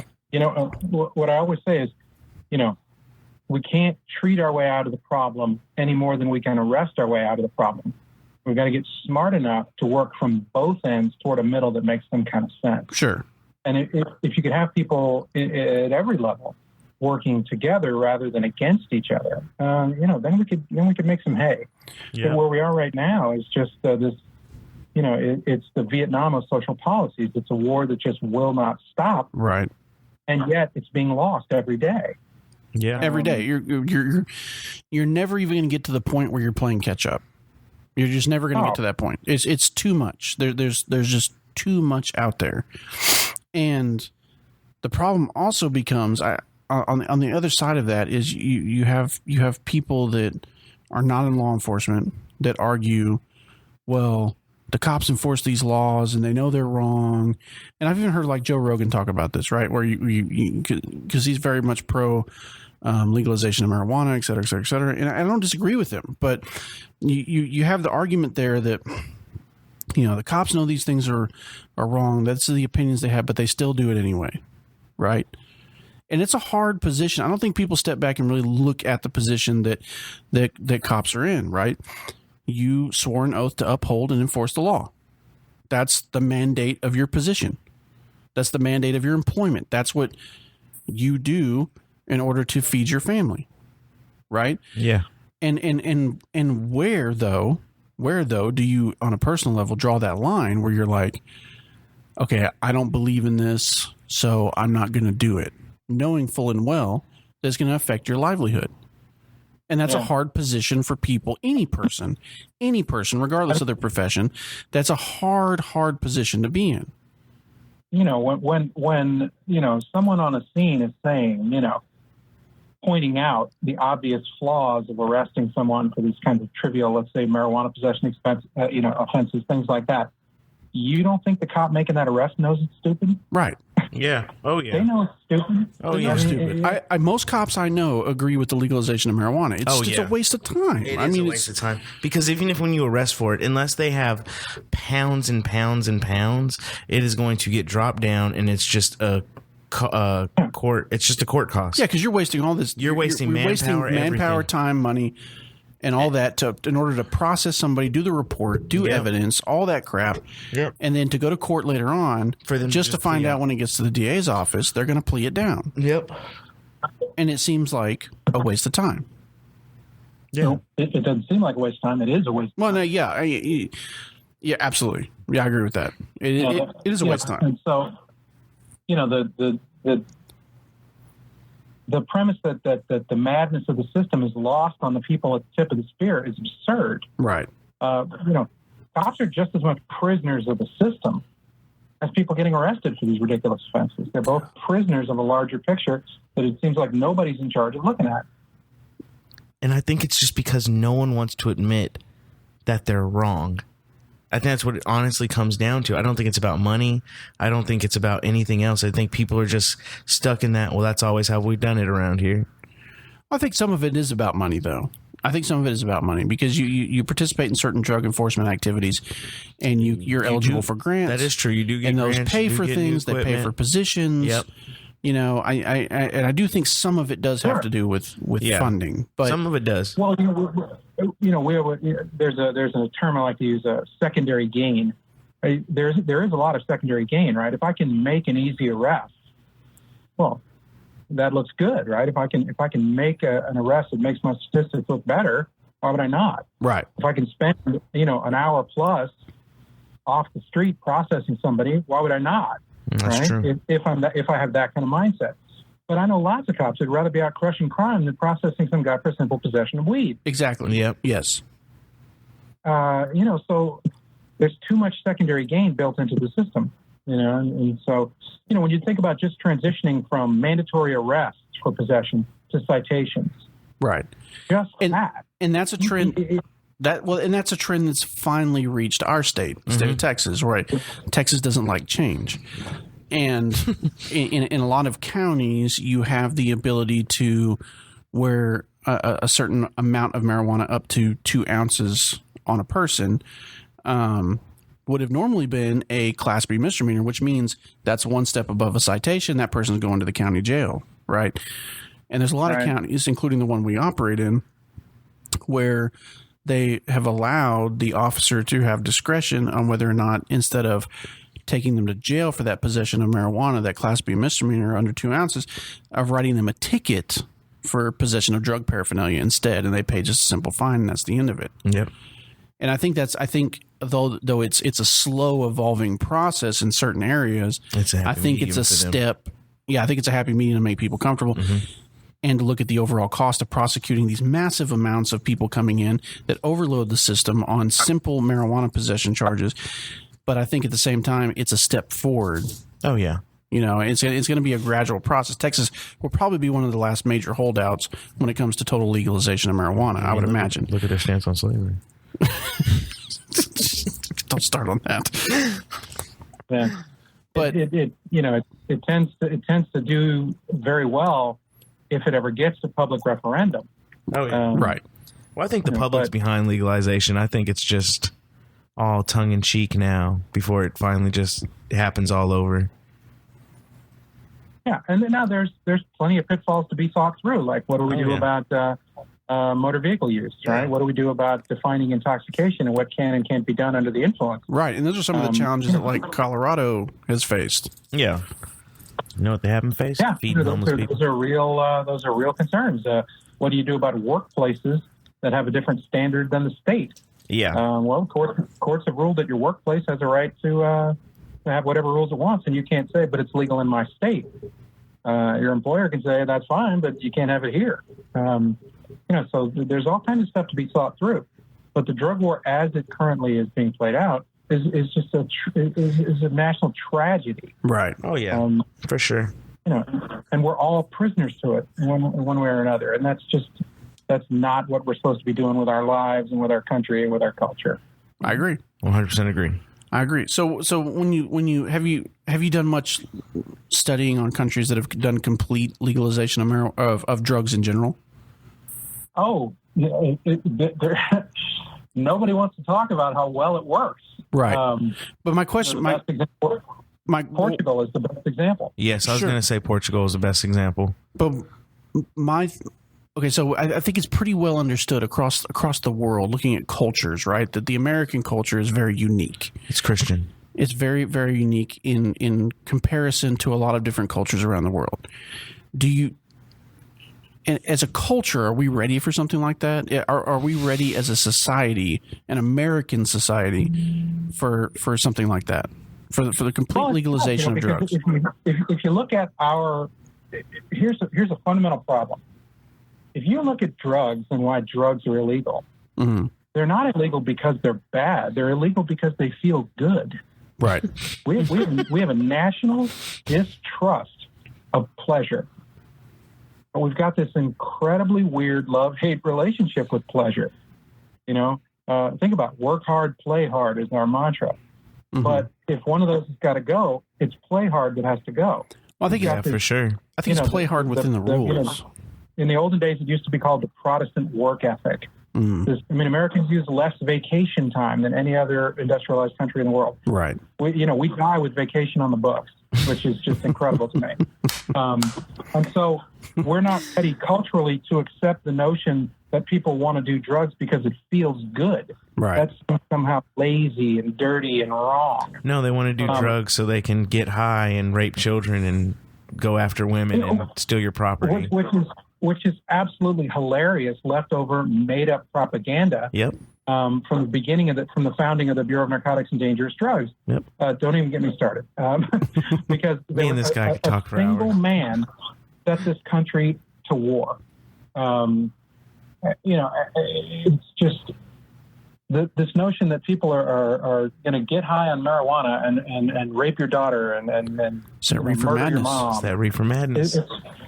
Yeah, that's exactly what it is. It's only for blacks and musicians. It's never gone away. And hippies. That crazy notion. And I don't like to even say his name because, as far as I'm concerned, he's caused a century's worth of misery. It was a guy named Harry Anslinger. Yeah. Who worked for the Rockefellers.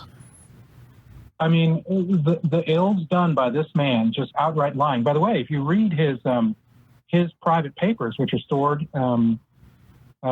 He didn't believe any of it. Right. He knew it was just a PR campaign.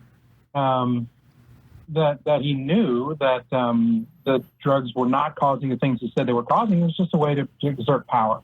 Right. Don't get me started. And I think what we've got to get away from is the notion that preventing pleasure is a worthwhile national goal, no matter how much misery it causes. Right. Right. When you think about it, what we should be after is in the business, we say reducing morbidity and mortality, mm-hmm. meaning we want the fewest people to die and the fewest people to get sick, right. be harmed. Well, not for nothing, but the way you do that is not have a drug war. The way you do that is legalize or at least decriminalize. Sure. Because then, you can get at that point, there's control. There's regulation. There's all kinds of things you could do. There's needle benefits. exchanges. You know, I mean, honestly, tons of money. Honestly, and I think, going back to your William Randolph Hearst would be another good example of somebody to throw into that, especially when it comes to the reefer madness, the marijuana. But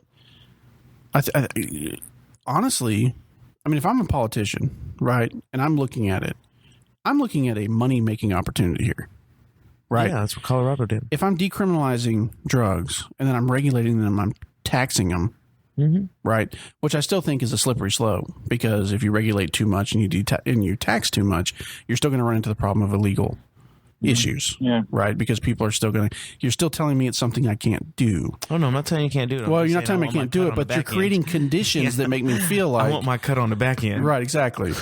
Right. But think about alcohol, right? Oh, yeah. When alcohol was made illegal, nobody stopped drinking. Well, actually, that's not true. There was reduction in alcohol use. There was. Some people are not going to break the law to get their thing. Sure. Yeah. But what you had was the founding and the expansion of massive criminal enterprises to make money off the fact that this commonly available substance was now illegal, right?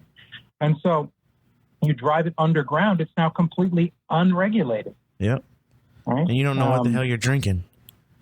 You know, I just for giggles, I keep these on my desk, and I'm sitting at my desk right now. Love it. These are some actual Harry Anslinger quotes about marijuana. Okay. Just for giggles, I'm gonna read you. Sure, absolutely. Marijuana is the most violence-causing drug in the history of mankind. I've heard these. The drug that chills you out. Yeah. The most violence-causing drug in the history of mankind is alcohol. Yep. Yeah. Period. Sure. That and PCP maybe, Right? but I was gonna go with PCP there for a minute, but PCP. Harry Anslinger also said, "You smoke a joint and you're likely to kill your brother." Jesus. Wow. I don't think marijuana leads to pacifism and communist brainwashing. I've heard that one. I've heard that one before. Kind of see that. You know what, bro? I might agree with him on that one. Fuck it. No, I'll just be commies. I'm kidding. You know, and don't kid yourself about the racism of this dude. My personal favorite, reefer makes darkies think they're as good as white men. I've heard this. Wow. There's the other one where he said it was just for blacks and jazz players. That's it. Yeah. Wow. You know, I mean, just that's incredible. It's crazy. I mean, you know, this one man, you know, is responsible for more death and misery than just about anybody else I can think of in this country. And yet this war shows no sign of stopping. No. Even though there are examples about what to do. Well, right? look at recent comments from, I mean, just this year from the Attorney General. And our president. Yeah, you know? Exactly. And, you know, he's an old school, you know, kind of, you know, Anslinger revisited. Though nowhere near as bad. I'm not going to pretend that Jeff Sessions is Anslinger, but still. No, but the things he said were pretty pointed ignorant. in the wrong direction. Yeah, the things he said were really, really ignorant. Like, you know, he was just like, it definitely lowers your IQ, and, you know, look at what's going on in Colorado and all this stuff. I'm like, it lowers your IQ. And that's just that's an outrageous statement. Yeah, that's an outrageous statement for a cause. Yeah, right. Whether it's true or not, it's not true, obviously. But whether the intent behind the comments is outrageous to a cause. I mean, obviously, a lot of high functioning people, a lot of very intelligent people that do a lot of amazing things smoke marijuana. Bill Gates, you know, and I think it's so common.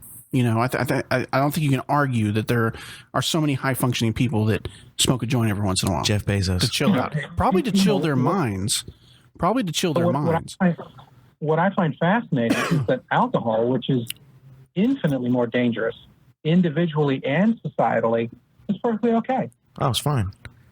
Well, fine, because it's legal and it's socially acceptable. Yeah.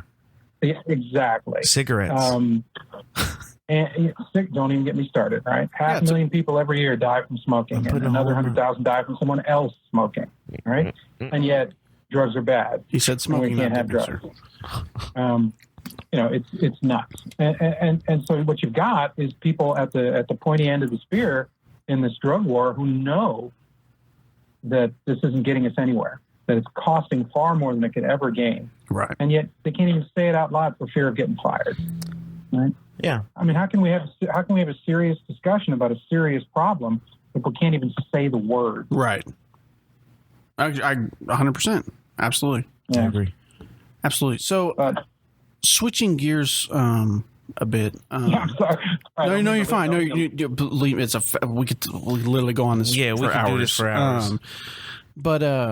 So I've noticed on your Facebook feed, you've been posting videos about different things in regards to violent crime and things like that.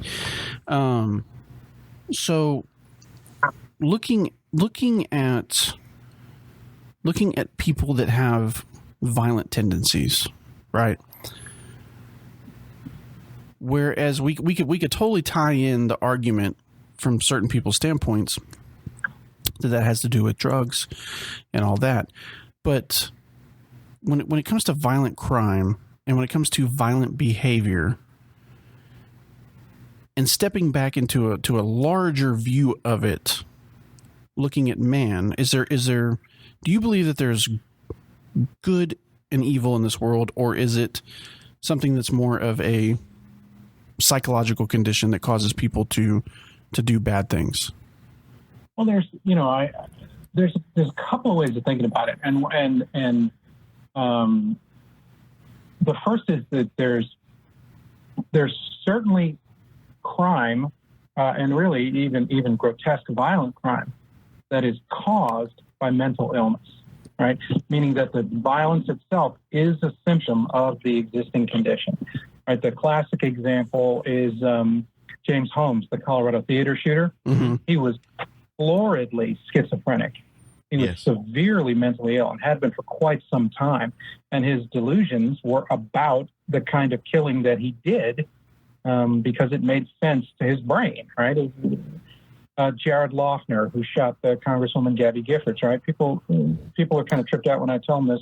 One of the first things that Jared Loughner did after he was arrested at the scene of the shooting, obviously, when he was jailed, he paced for 50 consecutive hours. Is that the one in Arizona? Yeah. That's mentally ill. Okay. Yeah, right. He was floridly schizophrenic and had been for quite some time.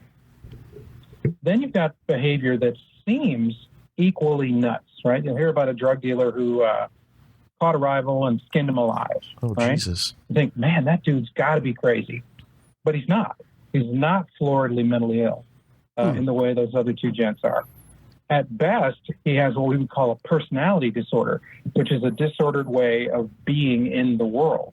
But even more than that, he was brought up in a way that makes that behavior okay if it gets you what you want.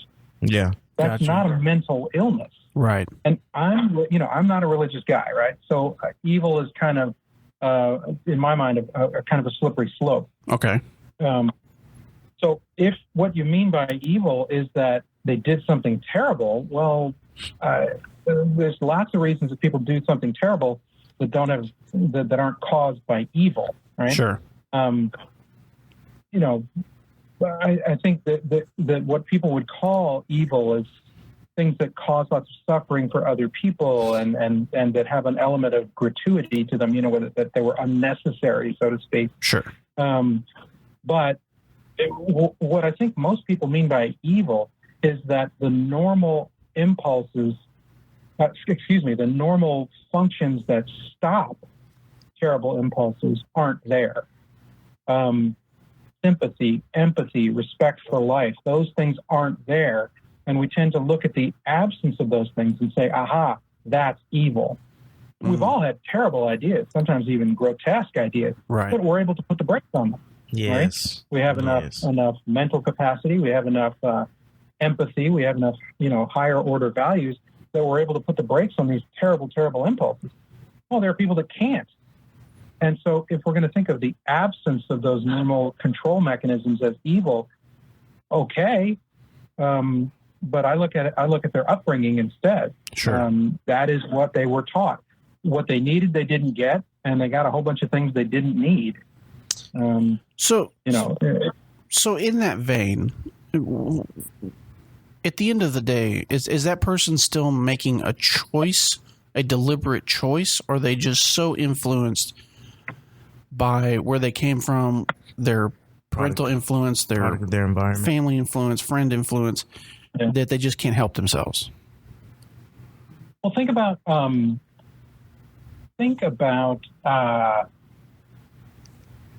choice from a menu of options, right? Okay. When you're in the desert for long enough, you'll consider drinking your urine. Sure. Not because urine is delicious and you think it's wonderful, but because it's the best of the options. Right. Yeah. So is criminal behavior a choice? Certainly, yes. A series of choices, but from a menu of choices that's imposed on us by our environment, by our upbringing, and by our genetic endowment, by the genes we've got. We didn't pick our own genes. No. And we didn't pick our own environment. Jesus, some of us wish we could have. And those things tend to define our choices, right? Yes. The range of our choices. In that same conversation, do you think that there's also been a how do I put this? A loss of value of life. We're seeing, I mean, especially in our business, you see more, people, more kids and more younger adults losing their life over something very petty, are very small. I know that there's been a super big rise in violent crimes for road rage incidents. I just feel like that value of life has been lost, where someone would have, been in a fisticuffs or another altercation. It's just like people are jumping straight to murder. Like, you need to die. And do you see that, or do you feel that? Oh yeah, I think clearly the if you want to influence somebody's behavior, right? There's only a couple of ways to do it.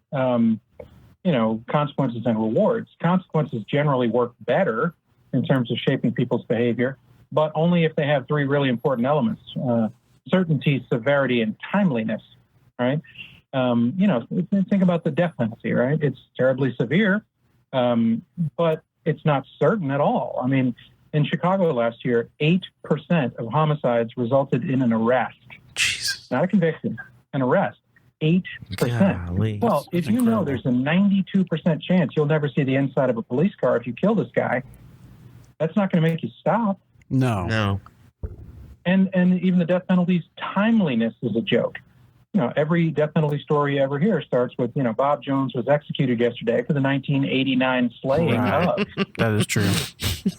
So even our most severe penalty can't influence people's behavior because it doesn't have timeliness, right? It's not related in time to the offense, and it doesn't have certainty. But kill your wife, you end up on Dateline doing life. Yeah, if you take away consequences, you don't see less of a behavior, you see more of it. Yeah. And so taking a life, but moreover, even engaging in behavior that could take a life. Because if you think about it, a lot of perfectly good murders are ruined by fantastic medical care. That's true. There's plenty of crimes that would have been murders 10 years ago, 20 years ago, certainly 30 years ago. But those, pain in the ass EMTs and those pesky trauma surgeons, they turned my perfectly good murder into an ag assault. Well, it's a crime where somebody could have died. Right. When somebody's unconscious on the ground in a pool of blood. Right. And even in some cases, cops. Because cops are receiving medical training now. We're learning how to apply tourniquets, how to treat sucking chest wounds, It etc. went from a felony to a Class B. You think about 1970, those are wounds that were not survivable then. They are now. Yeah, right. For sure. So what you get is you've gotten a kind of a contempt for life in that, let's say the value of knockout culture, right? We all know that when you see somebody knocked out, the reason you're seeing it is because somebody's filming it, and they're filming it because they knew it was going to happen. Yep. Right? The knockout. Well, somebody unconscious on the ground in a pool of blood is almost dead. And that's gotten lost. It's just kind of sport. That's an almost murder. And that's a relatively new development in our culture that is not good. Yeah. Right? It's a coarsening toward the value of human life. Think about how fist fights have changed. Oh, absolutely. Fist fight used to be two dudes getting in a fist fight. Yep. Now it's two dudes in a fist fight until one of them's on the ground, and then everybody starts stomping them. Yep. Yeah. Well, that's certainly a change, and certainly one that shows contempt for life. Sure. Yeah. Absolutely. Stomping somebody out when they're down on the ground is almost killing them. They may not die, but they certainly could. Right. Yeah. And that's not only not considered, completely crazy behavior. It's considered, par for the course, daily behavior in those kind of subcultures, right? I agree. Yep. I agree. Well, so there's no disputing that life has gotten cheaper. And I'm not sure how you put the toothpaste back in the tube on that score. It's a big question. I think there's a lot of different answers to it, but with that, I think that's about all we got. William,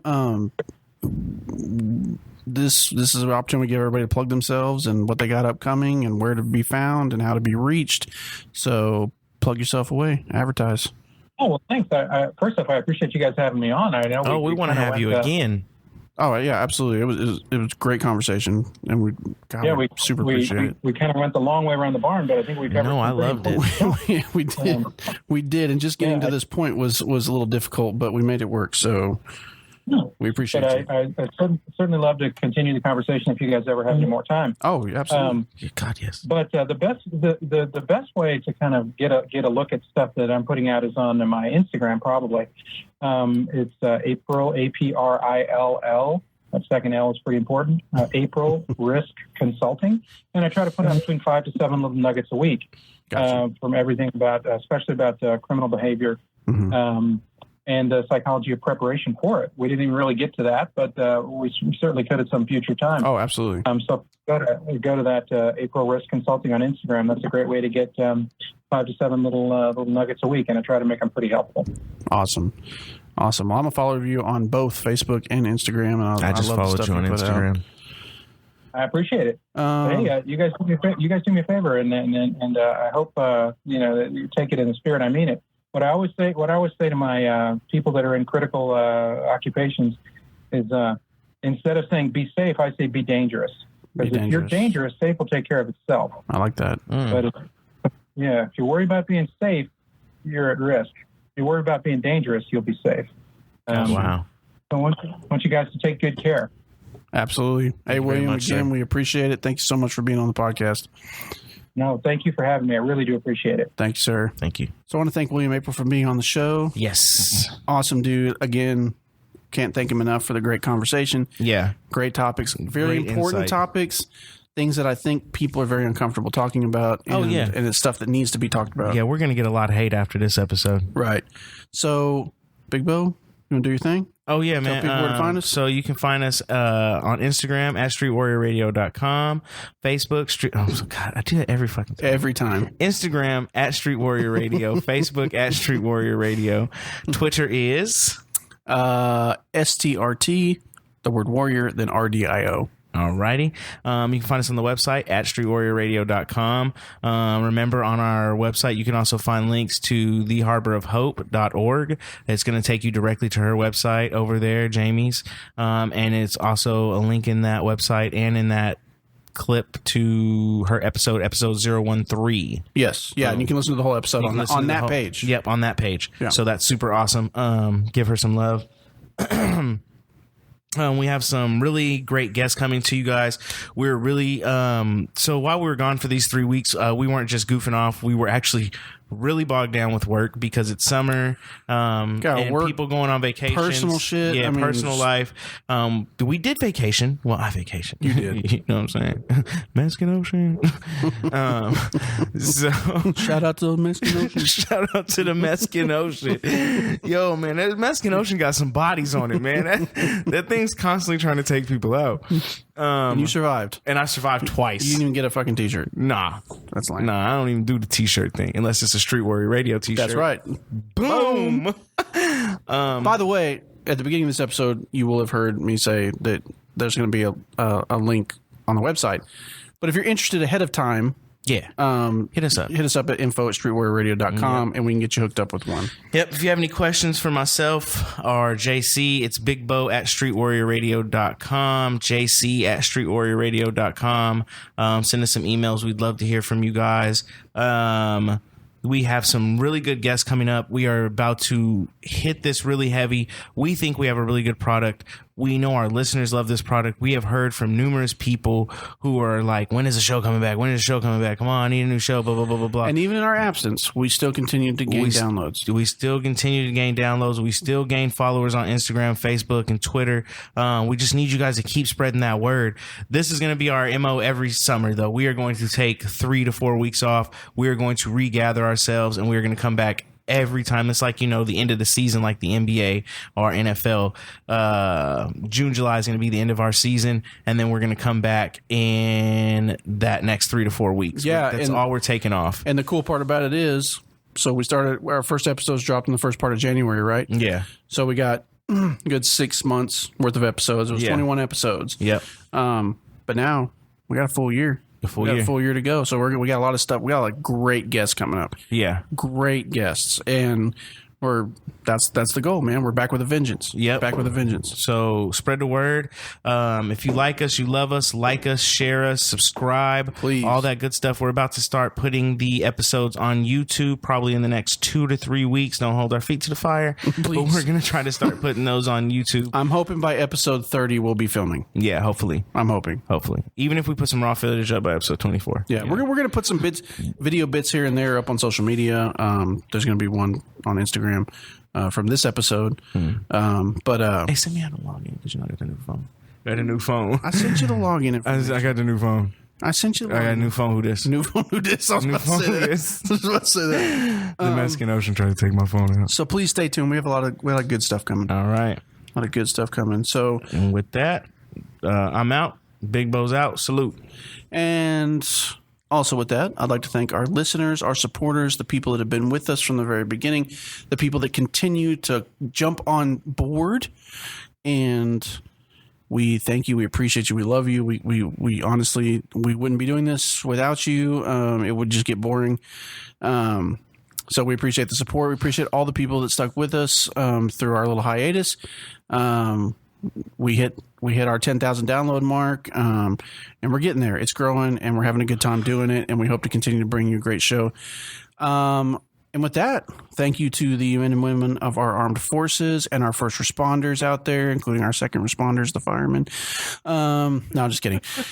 Thank you so much for what you do. Remember your oaths. Always do the right thing. Thank you for keeping us safe. Really quick. Let me just dive in here real quick. Dive in. So one of my friends is a corrections officer, and he sent me this little thing where it was like thanking all the different services. It was like military, police, fire, EMTs, nurses, and it had corrections at the bottom, and he felt some sort of way about that. Being corrections was at the bottom. So I want to thank the corrections guys too.